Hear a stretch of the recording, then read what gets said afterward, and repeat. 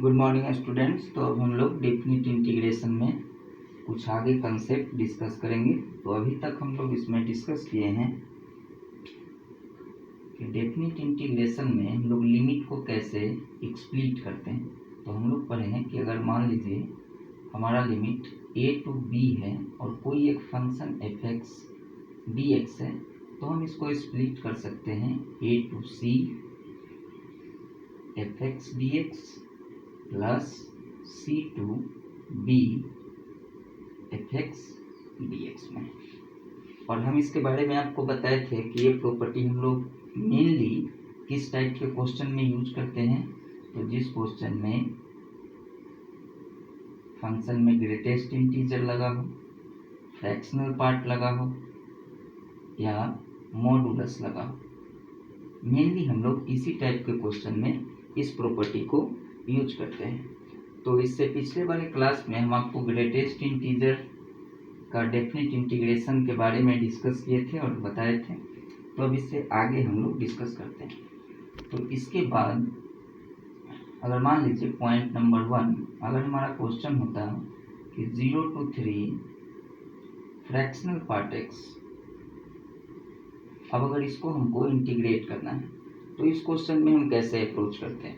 हम लोग देखे थे कि इससे पिछले क्लास में हम 0 to n के लिए ग्रेटेस्ट इंटीजर x dx के लिए एक मेथड भी डिराइव कर लिए थे और वो था n इंटू n माइनस 1/2। तो फ्रैक्शनल पार्ट के लिए क्या करें। बेसिकली हम लोग 11th क्लास में पढ़े थे फ्रैक्शनल पार्ट फंक्शन के बारे में। तो ये फंक्शन मेनली क्या शो करता है, अगर मान लीजिए कहीं लिखा हो 5.32 और अगर हम इसका फ्रैक्शनल पार्ट लें तो हमको सिर्फ क्या मिलेगा 0.32। तो ये फ्रैक्शनल पार्ट इसके किसी भी नंबर के फ्रैक्शनल पार्ट को शो करता है। अगर हम यहाँ लिखते 4 तो इसका फ्रैक्शनल पार्ट क्या है, ये तो कंप्लीट इंटीजर है, तो फिर हमारा आंसर होता 0, क्योंकि यहाँ इसका कोई फ्रैक्शनल पार्ट नहीं है।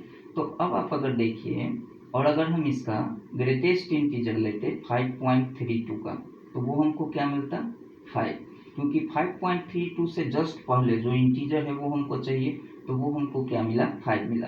तो आप सोचिए कि आप 5.32 को हम ऐसा लिख सकते थे 5 प्लस 0.32। तो आप सोचिए ये जो 5 है ये क्या मिला आपको, ये इसका ग्रेटेस्ट इंटीग्रल वैल्यू है। तो इसी को क्या हम ऐसे एक्सप्रेस कर सकते थे, greatest integer of 5.32 plus fractional part of 5.32। तो क्या आपको ये नंबर मिल जाएगा। आप सोचिए इसका वैल्यू क्या मिलता है आपको 5 और इसका वैल्यू क्या मिलता है 0.32। तो ये दोनों ऐड होकर के फिर यही बन जाता 5.32। तो इससे हमको एक बात पता चला कि इसका मतलब ये कि अगर कहीं लिखा है कोई एक नंबर x, तो आप इसको एक्सप्रेस कर सकते हैं greatest integer x plus fractional part x में, तो ये नंबर इसके इक्वल होगा। तो यहाँ से अगर हम देखें तो greatest fractional part x is equals to हम लिख सकते थे x minus greatest integer x। हालांकि ये सारा बात हम लोग फंक्शन में डिस्कस कर चुके हैं, लेकिन फिर भी एक बार हम आपको याद दिला रहे हैं।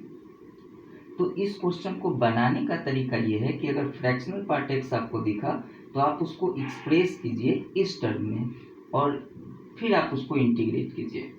तो अगर हम फ्रैक्शनल पार्ट x को इस क्वेश्चन में 0 to 3 इस फ्रैक्शनल पार्ट x के जगह क्या लिख सकते थे x minus greatest integer x of dx। अब हम इसको इंटीग्रेट कर सकते हैं। अब x का इंटीग्रेशन क्या होता है, ये होता है x²/2 माइनस, फिर हम यहाँ आते 0 to 3 ग्रेटेस्ट इंटीजर x। तो हम आपको बताए हैं कि अगर कभी क्वेश्चन में ग्रेटेस्ट इंटीजर हो, मॉडुलस हो, तो आप ये चेक करते हैं कि जो लिमिट है ये 0 कहाँ हुआ मेनली, और ग्रेटेस्ट इंटीजर में क्या चेक करते हैं कि लिमिट के बीच में नंबर ऑफ इंटीजर्स कितना है, क्योंकि ये सारे इंटीग्रल पॉइंट पे क्या होगा डिसकंटिन्यूअस होगा। तो ये जो लिमिट है वो 0 to 3 है, तो इसके बीच में इंटीजर क्या क्या होगा 1 और 2। तो हम इसको एक्सप्लिट कैसे करेंगे x²/2 माइनस, हम चाहे तो डायरेक्ट ये मेथड यूज करके भी इसका वैल्यू निकाल सकते हैं, लेकिन अगर हम कंप्लीट प्रोसेस से जाएं तो हम इसको कैसे स्प्लिट किए 0 to 1 dx, फिर प्लस 1 to 2 dx और फिर प्लस 2 to 3 dx। अब सोचिए, अब इसमें क्या दिमाग लगाना है, जब हमारा x 0 to 1 होगा तो उसका ग्रेटेस्ट इंटीजर x कितना होगा, ऑब्वियसली 0। अगर 1 to 2 होगा तो उसका ग्रेटेस्ट इंटीजर x1 और 2 to 3 होगा तो ग्रेटेस्ट इंटीजर x2। अब अगर हम इसको इंटीग्रेट करें तो ये x²/2 माइनस, हम लोग देखे थे कि 0 का डेफिनेट इंटीग्रेशन लिमिट कुछ भी हो हमेशा 0 ही होता है, तो ये तो 0 हो गया। अब यहाँ देखें तो 1 का इंटीग्रेशन x और लिमिट क्या पुट करेंगे 2, तो वो 2 बन गया, और फिर लोअर लिमिट क्या है 1, तो 1 पुट किए तो 2 - 1, तो यहाँ तो 1, तो 0 + 1। यहाँ अगर देखें तो प्लस ये 2x, 2 का इंटीग्रेशन 2x और अपर लिमिट 3, तो पुट किए तो क्या मिला 6x - 4x, तो सॉरी 6 - 4, तो यहाँ आपको क्या मिला 2।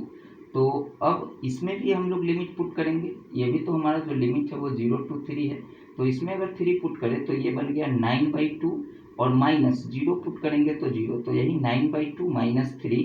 तो अब अगर इसको सॉल्व करें तो 9 - 6 दैट मीन्स 3/2, तो हमारा जो आंसर होता वो होता 3/2। तो इस क्वेश्चन का आंसर होना चाहिए था 3/2। तो ये इसका प्रोसेस है, इस तरह से हम क्वेश्चन को सॉल्व करते हैं। लेकिन अगर हम इसी क्वेश्चन में ग्राफिकल अप्रोच करते हैं तो वो कैसे होता, तो हम लोग पढ़े हैं कि फ्रैक्शनल पार्ट x का जो ग्राफ होता है, अगर हम y = फ्रैक्शनल पार्ट x का ग्राफ प्लॉट करें तो वो ग्राफ कैसा होता है, ये 0, ये 1 2 3, तो इसका ग्राफ अगर आपको याद हो तो इस तरह से हर एक जहाँ भी इंटीजर होगा वहाँ ये इस तरह से, क्योंकि इसका रेंज 0 to 1 होता है और 1 पे ओपन, तो बेसिकली हम इधर भी लेते हैं अगर -1 तो भी ये सेम होता, -2 तो भी ग्राफ आपका यही होता। तो ये बेसिकली ग्राफ होता है फ्रैक्शनल पार्ट x का। अगर हम ये लाइन यहाँ से कैसे ड्रॉ कर दें तो ये जो लाइन होगा ये होगा y = 1, जो ये सारा व्हाइट बॉल को जो ये सारा पॉइंट से इसको टच करता हुआ जाए। तो आपको इंटीग्रेट किस इंटरवल में करना है, 0 to 3, तो 0 ये है और 3 ये है, तो बेसिकली हमको यहाँ तक इंटीग्रेट करना है। तो डेफिनेट इंटीग्रेशन का मतलब क्या है, डेफिनेट इंटीग्रेशन का मतलब है एरिया फाइंड करना। तो 0 to 1 में अगर हम देखें ये है 0 to 1, तो एक तो ट्रायंगल यहाँ फॉर्म हुआ, 0 to 2 में एक ट्रायंगल हुआ, फिर 0 to 3 में एक ट्रायंगल हुआ, तो मेनली हमको ये 3 ट्रायंगल का एरिया चाहिए। इसका ज्योमेट्रिकल मीनिंग यही है। तो अगर हमको ये 3 ट्रायंगल का एरिया चाहिए तो हम इस तीनों ट्रायंगल का एरिया निकाल सकते हैं। ट्रायंगल का एरिया बेसिकली क्या होता है, half into base into height. तो half into base into height, तो इस ट्रायंगल का जो बेस है वो 1 और हाइट भी क्या है 1, तो एरिया क्या होता है हाफ इंटू 1 इंटू 1 प्लस इस ट्रायंगल का एरिया भी ये लेंथ बेस 1 और हाइट 1, तो हाफ इंटू 1 इंटू 1, फिर प्लस इस ट्रायंगल का area base half into base, तो बेस 2 to 3 क्या लेंथ हुआ 1 और हाइट 1।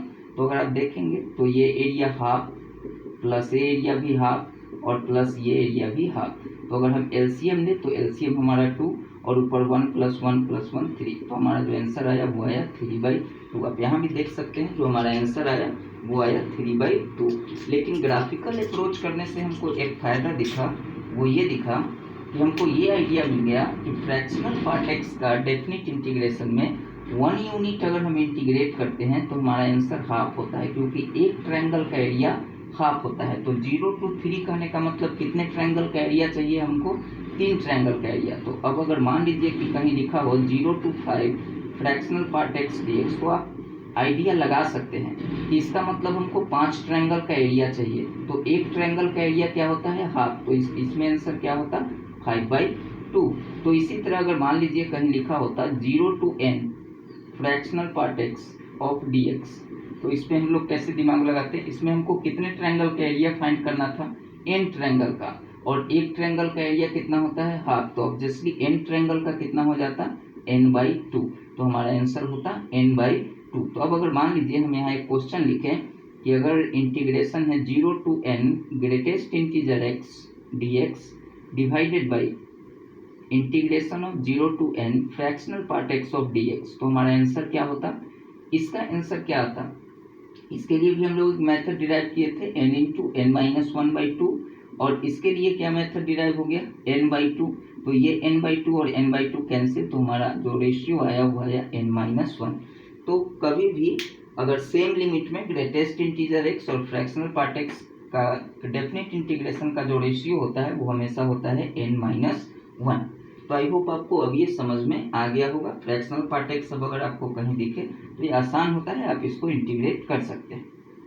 अब इसके बाद कुछ और क्वेश्चन हम लोग इसी प्रॉपर्टी पे डिस्कस करते हैं और उसके बाद आगे कंसेप्ट कंटिन्यू करते हैं।